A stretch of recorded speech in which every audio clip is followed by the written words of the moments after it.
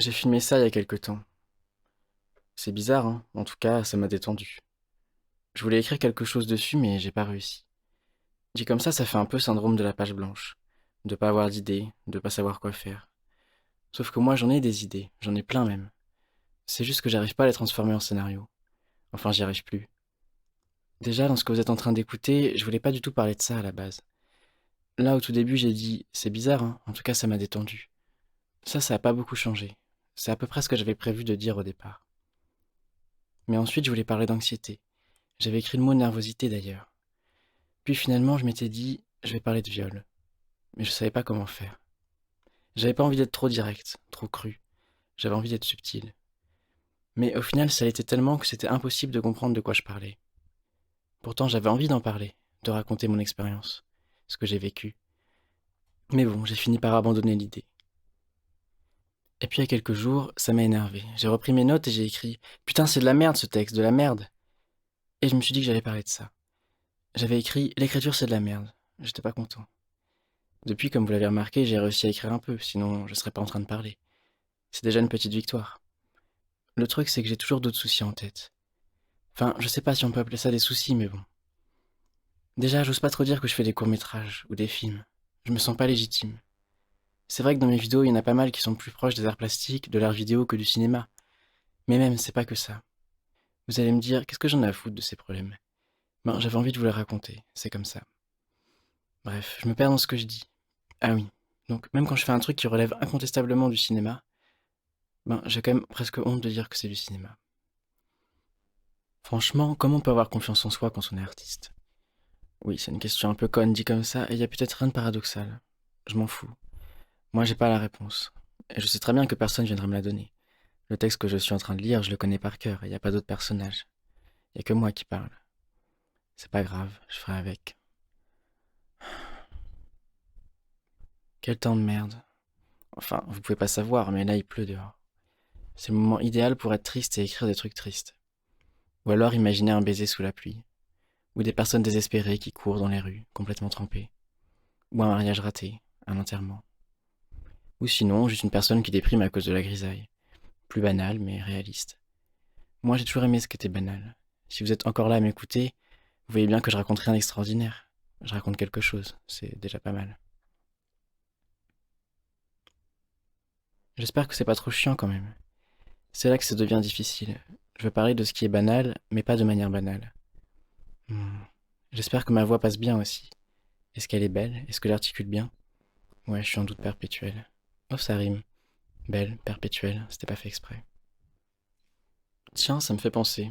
Des fois, j'imagine que je suis devenu un peu connu et que je me fais interviewer pour un de mes films. Et si le ou la journaliste était en mode «Pourquoi vous avez fait ça dans ce film? Qu'est-ce que vous vouliez dire?» Je pense que la plupart du temps, je répondrais «J'ai pas fait exprès». Ou plutôt «Qu'est-ce que j'en sais, moi?» Je sais pas comment ils font les autres. Moi, c'est très bordélique dans ma tête. Je peux pas me rappeler de tout ce que j'ai voulu dire et le sortir d'un coup de manière cohérente, dans une phrase correctement structurée. C'est pas possible, ça. Je repense à ce que je disais tout à l'heure, sur les scènes qu'on peut imaginer quand il pleut et tout ça. J'ai sorti que des clichés. Alors je précise que j'aime pas les clichés, ni dans la vraie vie, ni dans les films. Ah, il y a un autre truc que je voudrais dire aussi. En vrai, je suis content. Ouais, c'est ça que je voulais dire. Ça faisait des mois et des mois que j'arrivais plus à écrire parce que ça m'angoissait. Je n'avais marre de travailler tout le temps chez moi, seul, enfermé. Merci le Covid, la timidité et la solitude. Et là, je sors un monologue de plusieurs minutes. Ça peut paraître rien et oui, c'est pas incroyable en soi, mais pour moi c'est beaucoup. Surtout que je me suis pas forcé à écrire, au contraire.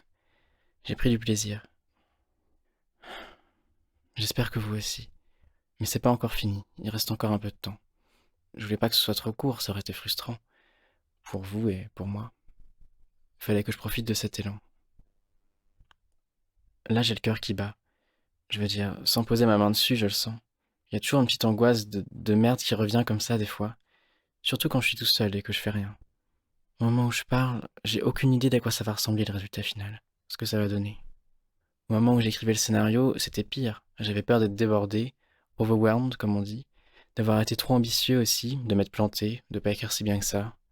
Je me suis dit finalement le texte que j'ai écrit, il est plat. C'est toujours pareil quand je crée un truc. En 2 secondes, je passe d'une sorte d'euphorie artistique enivrante à un doute existentiel tout pourri. En même temps, les tournages, c'est génial, mais quand tu fais tout seul, d'un coup, c'est moins sympa. Et tu te mets vite à stresser H24. Tu te demandes tout le temps si tu vas y arriver. Surtout si t'as pas d'amis à côté et que tu sors pas. Comme moi, quoi. Mais j'ai quand même trouvé des astuces pour pouvoir écrire tranquillement. J'écris plus dans ma chambre, de un, et ensuite je fais des trucs à côté, genre je regarde des films ou je joue à des jeux, pour m'aérer l'esprit. Pour pas continuer à penser à ce que j'écris en dehors des moments où j'écris. C'est tellement important ça. Il y a quelques années, j'avais pas compris que c'était important. Enfin, je m'étais pas posé la question. Et quand j'avais travaillé sur un truc assez long, une série, ben c'était horrible. Même la nuit, ça me stressait, j'arrêtais pas d'y penser. J'étais en boucle dessus. J'arrivais pas à penser à autre chose. Est-ce que je vais réussir à écrire cet épisode? Est-ce que je vais réussir à l'écrire en une journée? L'épisode 28, l'idée est géniale, mais est-ce que je vais être à la hauteur? Est-ce que c'est réaliste? Ce genre de choses. Le pire, c'est que ça a jamais vu le jour. C'était un calvaire et ça a servi littéralement à rien.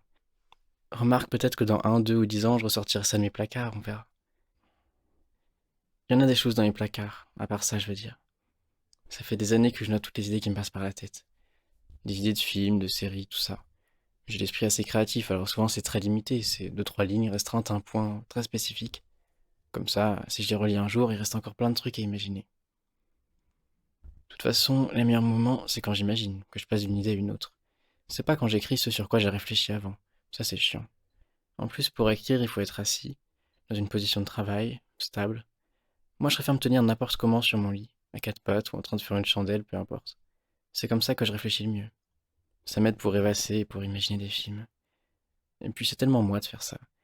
C'est ridicule, je sais, mais s'il y a bien une image de moi à garder en tête pour savoir qui je suis, c'est celle-là. J'aime beaucoup être dans mes pensées, dans mon petit univers. Surtout quand je suis sur mon lit. Des fois, je prends mon coussin dans les bras, je ferme les yeux et j'imagine que c'est un mec que je connais. Ça fait du bien. Même quand je pense à personne, ça fait du bien. C'est très confortable un coussin. C'est tout doux, comme moi. Enfin, comme moi, je sais pas. Mais comme ce que je ressens dans ces moments-là, oui. C'est bien d'être émotif. Je ressens plein de choses, plein de sentiments, plein de sensations. Plein d'angoisse aussi. Mais bon, on fait avec.